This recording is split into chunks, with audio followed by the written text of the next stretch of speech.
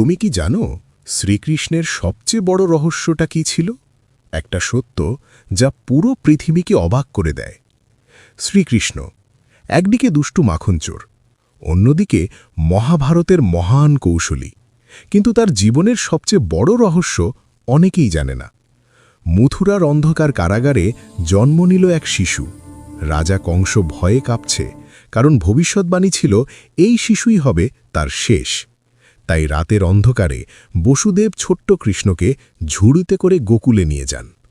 অদ্ভুত ঘটনা ঘটে। যমুনা নদী নিজে থেকেই পথ করে দেয়। গোকুলে বড় হতে থাকে শ্রীকৃষ্ণ। কালীয় নাগের ফনায় নাচ, এক আঙুলে গোবর্ধন পাহাড় তুলে নেওয়া। কিন্তু সবচেয়ে জাদুকরী জিনিস ছিল তার বাঁশি।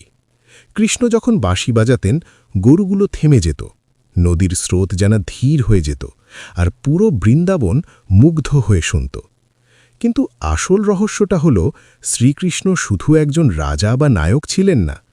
ভগবদ্গীতার মতে তিনি ছিলেন স্বয়ং ভগবান। তিনি পৃথিবীতে এসেছিলেন ধর্ম রক্ষা করার জন্য।